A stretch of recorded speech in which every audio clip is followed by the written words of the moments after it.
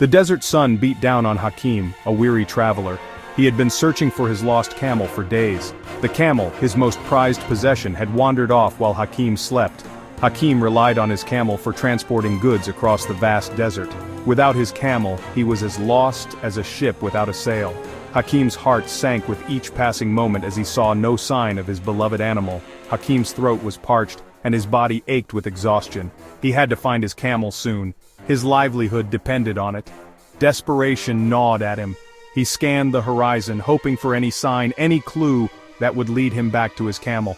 The desert, however, remained silent and indifferent to his plight. Just when Hakim's hope began to dwindle, he spotted a young boy tending to a small flock of goats. The boy, no older than 10, looked up as Hakim approached. "Excuse me, young man," Hakim said, his voice raspy from thirst. "Have you seen a stray camel in these parts?" The boy tilted his head, considering Hakim's question. "Tell me, sir, was your camel blind in one eye?" the boy asked. Hakim was taken aback. Yes, his camel was indeed blind in one eye. But how could this boy know that? He had never seen the camel before. Yes, he is blind in one eye. "Have you seen him?" the boy continued. "And was he lame in one leg?" Hakim's astonishment grew. "Yes, he is lame in one leg. You describe him perfectly. Where is he?" The boy, without missing a beat, added, "And did he carry a load of grain on one side and honey on the other?" Hakim was dumbfounded. This boy, who swore he had never seen the camel, knew everything about it. Yes, all of that is true. You must have seen him. Please tell me where he is," Hakim pleaded. The boy shook his head. "I have not seen your camel, sir. But I can tell you how to find him." Intrigued and suspicious, Hakim listened intently as the boy explained. "Look there," the boy said, pointing to a patch of grazed grass. "The grass on that side is eaten, but not on the other. That means a camel has passed through here recently, grazing as it walked, but favoring one side." He then pointed to a trail of footprints. "See how the tracks are deeper on one side? That confirms it was a camel lame in one leg." Hakim examined the clues the boy pointed out. He had to admit, the boy's deductions made sense. But how could he be so sure without actually seeing the camel? Hakim couldn't shake off his suspicions. He suspected the boy was hiding something. Perhaps he had stolen the camel and was pretending to be clever. Determined to get to the bottom of this, Hakim decided to take the boy to the village judge. The journey to the village was long and tiring. The sun beat down mercilessly, but Hakim was determined to present his case to the judge. He held onto the boy's hand firmly, not wanting him to escape. Hakim was a fair man, but he needed to know the truth. As they approached the village, Hakim felt a surge of hope. The judge was known for his wisdom and fairness. Surely he would be able to unravel this mystery. Section 5, Before the Court, the boy's explanation. The village court was a simple open-air structure, but it held a sense of solemnity. Hakim, still unconvinced by the boy's claims, recounted his encounter with him. He described how the boy had accurately pointed out the camel's features without ever laying eyes on it. The judge, a man with eyes that seemed to hold ancient wisdom, listened patiently. When it was the boy's turn to speak, he showed no fear. He explained his reasoning with the same clarity he had shown Hakim in the desert. "Your Honor," the boy began, "I noticed a trail of ants leading away from the grazed grass.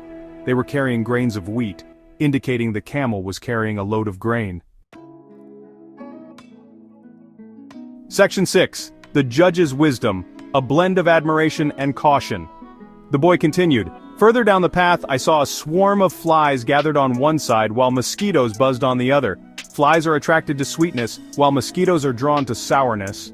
This told me the camel was carrying honey on one side and something sour, perhaps vinegar, on the other." The courtroom was silent as the boy finished his explanation. The judge, impressed by the boy's sharp mind and observational skills, nodded slowly. "You have indeed shown great intelligence and deduction, young man," the judge said. Turning to Hakim, he declared, "It seems clear to me that the boy did not steal your camel but merely observed the signs left behind.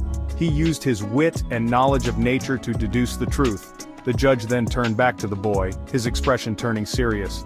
"However," he cautioned, "while your intelligence is commendable, remember that not everyone appreciates a sharp tongue. Sometimes silence is golden." Section 7, The Importance of Discretion, a Lesson Learned. The boy, humbled by the judge's words, nodded in understanding. He realized that his eagerness to showcase his knowledge had almost landed him in trouble. The judge's words resonated deeply within him. It was a lesson he would carry with him throughout his life. Hakim, his suspicions cleared, apologized to the boy for misjudging him. He was grateful for the boy's help, and amazed by his intelligence. As Hakim left the village, he couldn't help but reflect on the day's events.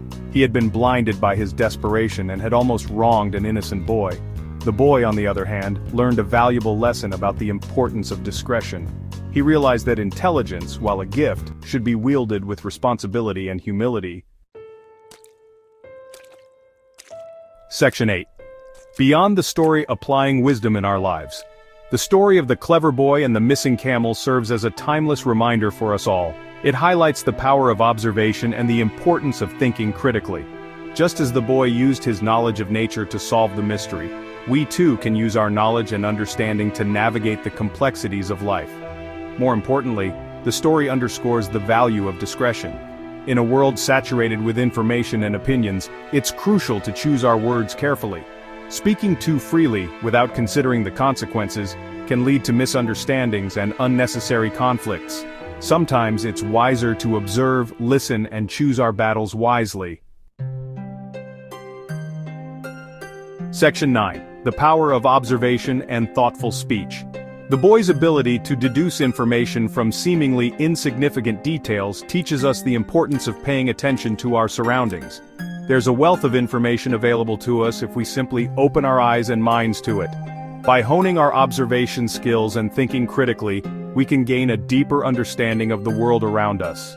As we journey through life, let us remember the lessons learned from this tale. Let us strive to be keen observers, critical thinkers, and above all, wise and thoughtful communicators. For it is in the balance of intelligence and discretion that we truly find wisdom.